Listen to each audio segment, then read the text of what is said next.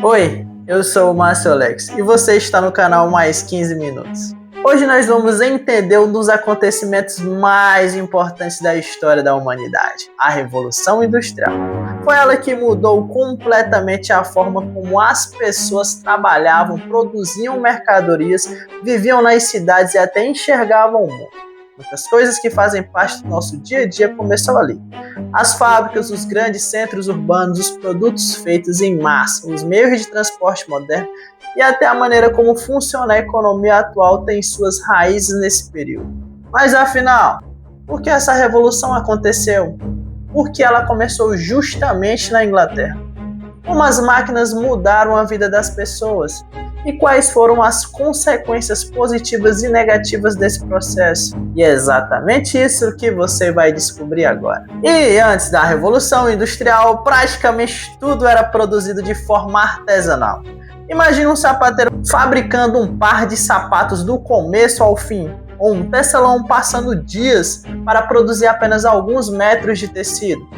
Cada produto exigia muito tempo, habilidade e esforço manual. A maior parte da população vivia no campo. A agricultura era a principal atividade econômica e as pequenas oficinas familiares produziam roupas, ferramentas, móveis e praticamente todos os objetos utilizados pelas pessoas. Esse sistema era conhecido como produção artesanal. Em muitos lugares também existia uma manufatura, onde vários trabalhadores produziam o mesmo produto em etapas diferentes, mas tudo ainda dependia da força humana. O problema era simples, a produção era lenta. À medida que a população europeia crescia, aumentava também a necessidade de alimentos, roupas, utensílios e diversos outros produtos. Produzir tudo manualmente já não era suficiente. Era preciso encontrar uma maneira de fabricar muito mais em muito menos tempo. E foi aí que começou uma das maiores transformações da história. Mas por que a Inglaterra saiu na frente? Essa é uma pergunta clássica e a resposta envolve vários fatores trabalhando juntos. Primeiro, a Inglaterra possuía grandes reservas de carvão mineral e minérios de ferro. Na época, esses dois recursos eram fundamentais. O carvão servia como combustível para as máquinas, enquanto o ferro era utilizado para fabricar equipamentos, trilhos, ferramentas e estruturas. Além disso, o país acumulava muito dinheiro graças ao comércio internacional e suas colônias espalhadas pelo mundo. Esse capital permitia que empresários investissem em novas tecnologias, construíssem fábricas e contratassem trabalhadores. Outro fator importante foi a chamada Revolução Agrícola. Antes mesmo das fábricas surgirem, a agricultura inglesa já passava por profundas mudanças. Novas técnicas aumentaram bastante a produção de alimentos. Máquinas agrícolas começaram a ser utilizadas, novas formas de cultivo foram implantadas e a produtividade cresceu comum. Ao mesmo tempo, aconteceu o movimento conhecido como cercamento. Grandes proprietários rurais passaram a cercar terras que antes eram utilizadas coletivamente pelos camponeses.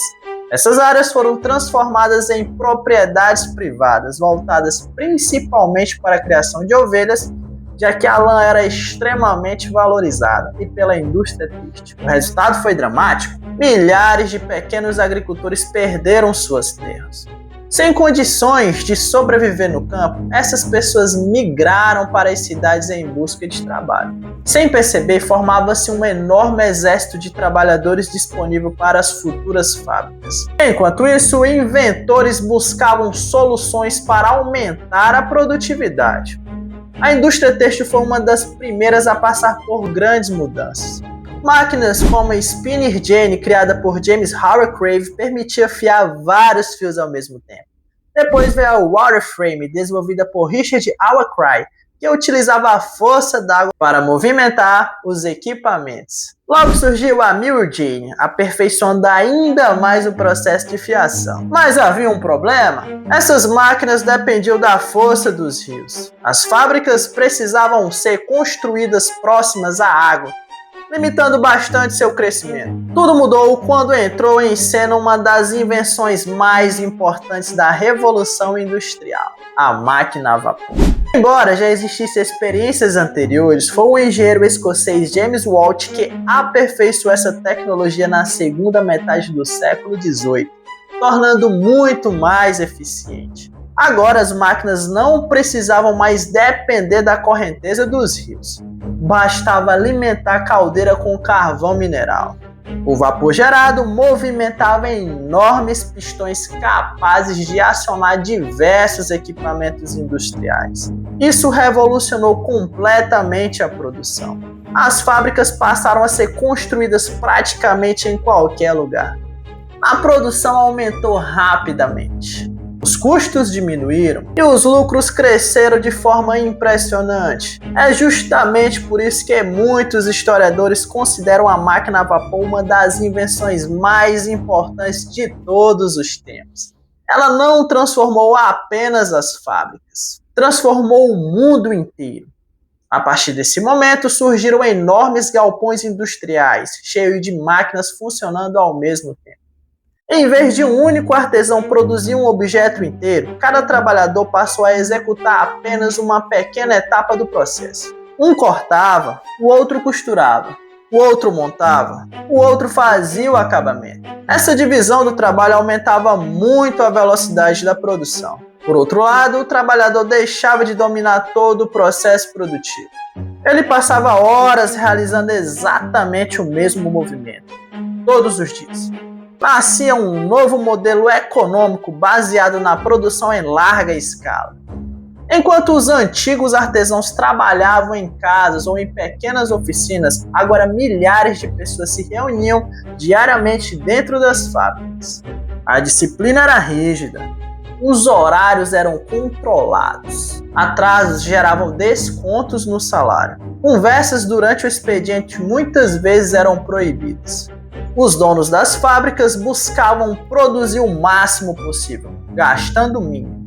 Quanto mais peças saíam das máquinas, maior era o lucro. Esse novo sistema ficou profundamente ligado ao fortalecimento do capitalismo. O objetivo principal era investir dinheiro para ampliar a produção, vender mais produto e obter lucro cada vez maiores. Quanto mais uma empresa crescia, mais máquinas comprava. Quanto mais máquinas compravam, mais produzia. E quanto mais produzia, maior era a sua capacidade de dominar o mercado.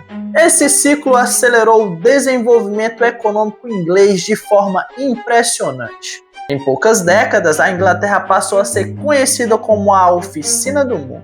Seus tecidos, ferramentas, máquinas e diversos outros produtos começaram a ser vendidos para praticamente todos os continentes. Mas enquanto empresários enriqueciam rapidamente, a realidade da maior parte da população era bem diferente.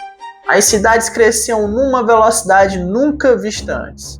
Milhares de famílias chegavam diariamente procurando emprego. Só que a infraestrutura urbana não acompanhava esse crescimento.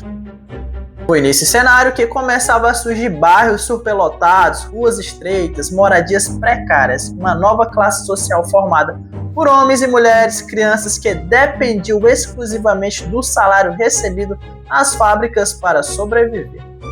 As cidades industriais mudaram completamente a paisagem da Europa. Em poucos anos, pequenas vilas se transformaram em grandes centros urbanos, cheios de fábricas, chaminés soltando fumaça dia e noite e milhares de trabalhadores circulando pelas ruas. Esse crescimento acelerado trouxe desenvolvimento econômico, mas também criou inúmeros problemas sociais. As moradias construídas para abrigar os operários eram extremamente simples. Muitas famílias viviam em casas pequenas, úmidas e sem saneamento básico. Era comum várias pessoas dividirem um único cômodo, tornando as condições de higiene bastante precárias. Doenças como cólera, tuberculose e tifo se espalhavam rapidamente, principalmente entre a população mais pobre. Enquanto isso, dentro das fábricas a realidade também era bastante dura. As jornadas de trabalho normalmente duravam entre 12 e 16 horas por dia, em alguns períodos principalmente quando havia muitos pedidos para atender. Os trabalhadores chegavam a permanecer ainda mais tempo diante das máquinas. Folgas praticamente não existiam. Férias remuneradas era uma ideia distante. Licença médica também não fazia parte da realidade da época. Se um trabalhador adoecesse, simplesmente deixava de receber o seu salário. Além disso, os ambientes industriais eram extremamente perigosos. As máquinas funcionavam sem qualquer equipamento de proteção. Correias, engrenagens e eixos giravam constantemente, provocando acidentes graves. Perder dedos, mãos ou até membros inteiros era mais comum do que se imaginava. A fumaça produzida pelo carvão mineral também prejudicava bastante a saúde dos operários. Respirar aquele ar carregado de poeiras e fuligens durante anos provocava sérios problemas respiratórios. Mas havia um grupo que sofria ainda mais: as crianças. Hoje parece difícil imaginar, mas o trabalho infantil era considerado absolutamente normal durante boa parte da Revolução Industrial. Meninos e meninas de apenas 6, 7 ou 8 anos trabalhavam diariamente nas fábricas. Como possuíam corpos menores, conseguiam entrar facilmente entre as máquinas para retirar fios presos ou realizar pequenos reparos durante o funcionamento dos equipamentos. Era uma atividade extremamente perigosa. Muitas crianças sofriam acidentes fatais ou ficavam com sequelas permanentes. Além disso, recebiam salários muito inferiores aos adultos. As mulheres também enfrentavam inúmeras dificuldades. Elas trabalhavam praticamente o mesmo número de horas que os homens, executavam funções semelhantes, mas recebiam remunerações muito menores. Mesmo depois do expediente, ainda eram responsáveis pelos cuidados da casa e dos filhos. A desigualdade fazia parte do cotidiano. Enquanto isso, os donos das fábricas acumulavam fortunas. Foi justamente nesse período que duas classes sociais ganharam enorme destaque. De um lado estava a burguesia industrial. Era formada pelos proprietários das fábricas, empresários, comerciantes e investidores que controlavam os meios de produção. Eles compravam máquinas, contratavam trabalhadores e vendiam os produtos fabricados. Do outro lado estava o proletariado. Esse nome vem da palavra latina proles, relacionada aos descendentes. Na prática, o proletário era alguém que possuía apenas sua força de trabalho para vender. Não tinha terras, não era dono das máquinas e dependia exclusivamente do salário para sobreviver. Essa diferença econômica criou uma enorme desigualdade social. Enquanto alguns enriqueciam rapidamente, milhões de trabalhadores viviam em condições bastante difíceis. Com o passar do tempo, os operários começavam a perceber que individualmente tinham pouca força para negociar melhores condições. Foi então que surgiram as primeiras formas de resistência. Um dos movimentos mais conhecidos recebeu o nome de ludismo. Os ludistas acreditavam que as máquinas eram grandes responsáveis pelo desemprego e pela redução dos salários. Em diversos momentos, grupos de trabalhadores invadiram fábricas durante a noite para destruir equipamentos industriais. Eles imaginavam que eliminando as máquinas, os antigos empregos voltariam. Mas essa estratégia não resolveu o problema. As autoridades responderam com extrema violência. Muitos participantes foram presos. Outros acabaram condenados à morte. Mesmo assim, o movimento mostrou que os trabalhadores já começavam a questionar aquele novo modelo industrial. Alguns anos depois surgiu outro movimento importante: o kartismo. Diferentemente dos ludistas, os kartistas entenderam que apenas destruir máquinas não resolveria a situação. Eles decidiram pressionar o governo britânico para ampliar os direitos políticos da população trabalhadora. Em 1838, apresentaram um documento conhecido como a Carta do Povo. Entre as principais reivindicações estava o voto para um número maior de cidadãos, eleições mais frequentes, salários para deputados e maior participação popular nas decisões políticas. Embora muitas dessas propostas tenham sido rejeitadas inicialmente, diversas reivindicações acabaram sendo adotadas ao longo das décadas seguintes. Outra mudança importante foi o surgimento dos sindicatos. Os trabalhadores começaram a perceber que unidos possuíam muito mais força do que agindo individualmente. E assim nasceram organizações destinadas a representar os interesses dos operários. Os sindicatos passaram a negociar salários, lutar por jornadas menores, exigir melhores condições de trabalho e organizar greves. No começo, muitos governos proibiam essas associações. Os empresários também viam qualquer organização dos trabalhadores como uma ameaça aos seus lucros. Mesmo enfrentando perseguições, os sindicatos continuaram crescendo. Foi graças à pressão exercida por esses movimentos que várias leis trabalhistas começaram a surgir durante o século XIX. Aos poucos, alguns países passaram a limitar o trabalho infantil. As jornadas começaram a diminuir. Normas de segurança foram sendo implantadas. Ainda levaria muito tempo para conquistar direitos como férias remuneradas, descanso semanal e aposentadoria, mas as primeiras mudanças já estavam acontecendo. Enquanto essas transformações sociais ocorriam, a Revolução Industrial continuava avançando. A Inglaterra não permaneceu sozinha por muito tempo. Logo, outros países perceberam que a industrialização representava enorme vantagem econômica. A Bélgica foi uma das primeiras na Europa continental a seguir esse caminho. Depois vieram a França e a Alemanha, que investiram fortemente na construção de fábricas, ferrovias e siderúrgicas. Os Estados Unidos também aceleraram seu processo de industrialização, principalmente após a independência, e mais tarde depois da Guerra Civil, com abundância de recursos naturais, expansão territorial e grande mercado consumidor. O país tornou-se uma das maiores potências industriais do planeta. Já o Japão passou por uma transformação impressionante. Durante a segunda metade do século XIX, com a chamada Restauração Meiji, o governo investiu pesadamente na modernização da economia, importando tecnologias, construindo ferrovias, incentivando a criação de indústrias modernas. Enquanto isso, os transportes também passavam por uma verdadeira revolução. A máquina a vapor deixou de movimentar apenas equipamentos industriais. Ela passou a impulsionar locomotivas e navios. As ferrovias começaram a cruzar países inteiros. Viajar, que antes levava semanas ou até meses, tornou-se muito mais rápido. Mercadorias passaram a circular com uma velocidade nunca vista. Os custos do transporte diminuíram. O comércio internacional cresceu de maneira extraordinária. Os navios a vapor também reduziram bastante o tempo das viagens marítimas. Isso facilitou o comércio entre continentes e fortaleceu ainda mais as economias industrializadas. Outra consequência importante foi o enorme crescimento da produção de ferro e, posteriormente, do aço. Esses materiais permitiram a construção de pontes maiores, edifícios mais resistentes, ferrovias mais extensas e máquinas muito mais eficientes. Na segunda metade do século XIX, uma nova fase começou a ganhar força. Os historiadores costumam chamar esse período de Segunda Revolução Industrial.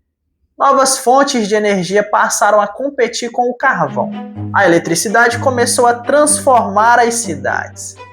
O petróleo tornou-se cada vez mais importante. Motores mais modernos substituíam lentamente as antigas máquinas a vapor em diversas atividades. A indústria química avançou rapidamente. Novos medicamentos, fertilizantes, corantes e materiais sintéticos passaram a fazer parte da vida das pessoas. Ao mesmo tempo, surgiram invenções que revolucionaram a comunicação e o cotidiano. O telefone aproximou pessoas separadas por grandes distâncias. A lâmpada elétrica iluminou ruas, casas e fábricas. Os motores de combustão abriram caminho para o desenvolvimento dos automóveis. Em poucas décadas, o mundo havia mudado de uma forma que poucas gerações antes pareceria impossível. Mas toda essa evolução tecnológica também trouxe novos desafios econômicos, políticos e sociais. As grandes potências industrializadas passaram a disputar mercados consumidores, matérias-primas e áreas de influência em diferentes partes do planeta. Essa competição crescente ajudaria a transformar profundamente as relações internacionais, prepararia o cenário para acontecimentos que marcariam o século XX. A necessidade de manter as fábricas funcionando em ritmo acelerado fez com que as grandes potências industrializadas buscassem cada vez mais matérias-primas e novos mercados consumidores. Afinal, produzir milhares de toneladas de tecidos, máquinas, ferramentas e diversos outros produtos só faziam sentido se existissem compradores suficientes. Foi justamente por isso que países como a Inglaterra, França, Alemanha, Bélgica e posteriormente outras nações industrializadas intensificaram a expansão de seus domínios sobre territórios da África e da Ásia. Esse processo ficou conhecido como imperialismo. Além do interesse econômico, havia também objetivos políticos e estratégicos. Controlar colônias significava garantir acesso a recursos naturais, ampliar a influência internacional e fortalecer o próprio poder militar. Em muitos casos, populações locais foram submetidas ao domínio estrangeiro, perderam a autonomia política e passaram a produzir matérias-primas destinadas às indústrias europeias. Enquanto isso, dentro das próprias fábricas, a produção continuava evoluindo.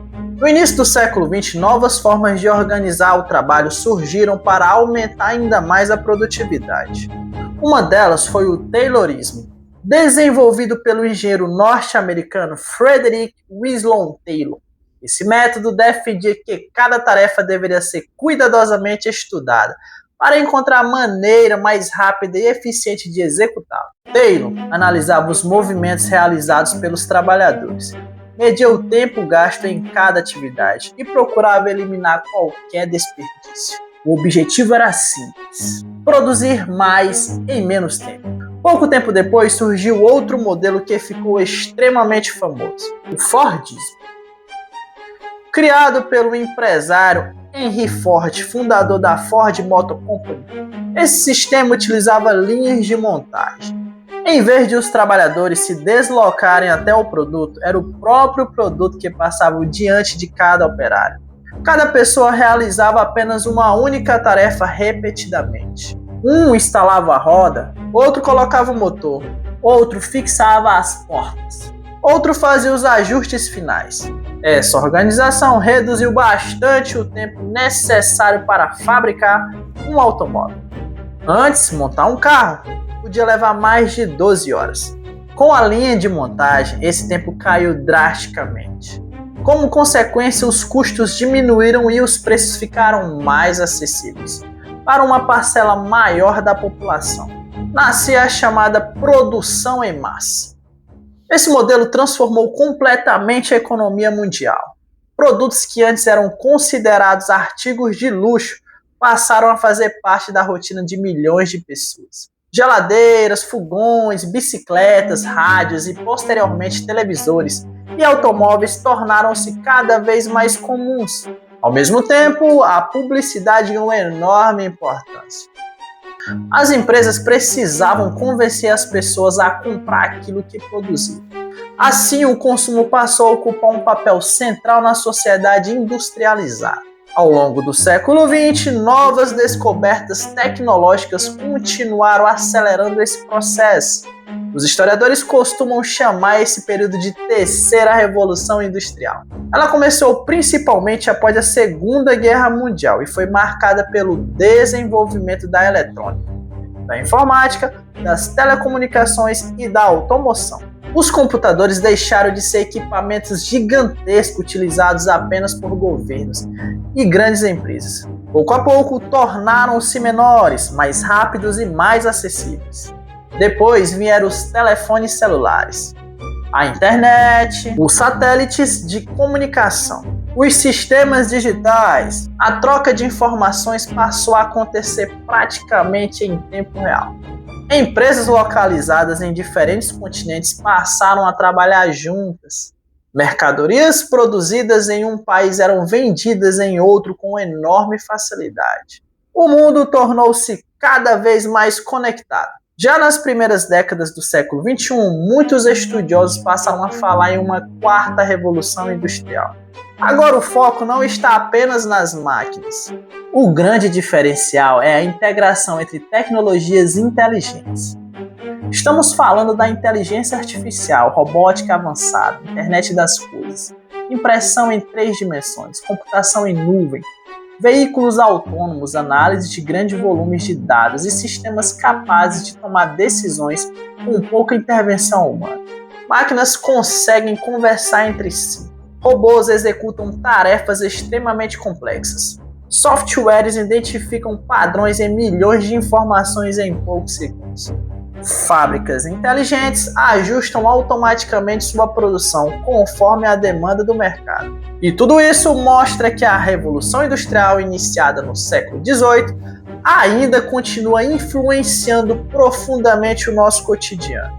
Hoje, quando fazemos uma compra pela internet, utilizamos um aplicativo de transporte, assistimos a um filme por streaming ou realizamos uma transferência bancária pelo celular, estamos utilizando tecnologias que fazem parte dessa longa evolução iniciada há mais de 200 anos. Mas nem tudo são vantagens.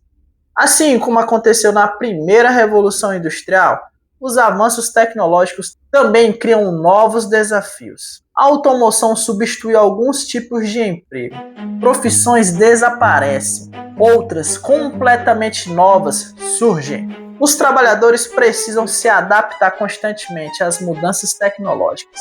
Além disso, questões ambientais ganharam enorme importância. Desde o início da industrialização, a queima de carvão mineral, petróleo e outros combustíveis fósseis aumentou significativamente a emissão de gases responsáveis pelo aquecimento global. A poluição do ar, da água e do solo tornou-se um problema mundial. Hoje, um dos maiores desafios é desenvolver tecnologias capazes de manter o crescimento econômico sem comprometer os recursos naturais do planeta. Outro debate importante envolve a distribuição da riqueza. Embora a industrialização tenha aumentado enormemente, a produção de alimentos, roupas, medicamentos e equipamentos, a desigualdade continua presente em muitos países. Enquanto algumas regiões concentram grande parte da riqueza mundial, outras ainda enfrentam dificuldades relacionadas à pobreza, à fome e aos acessos limitados à educação e à tecnologia. Mesmo com essas contradições, é impossível negar a dimensão da transformação provocada pela Revolução Industrial. Ela alterou a economia, mudou a política, transformou a ciência e impulsionou novas invenções. Ela revolucionou os transportes, criou novas formas de comunicação, modificou as relações de trabalho, acelerou o crescimento das cidades.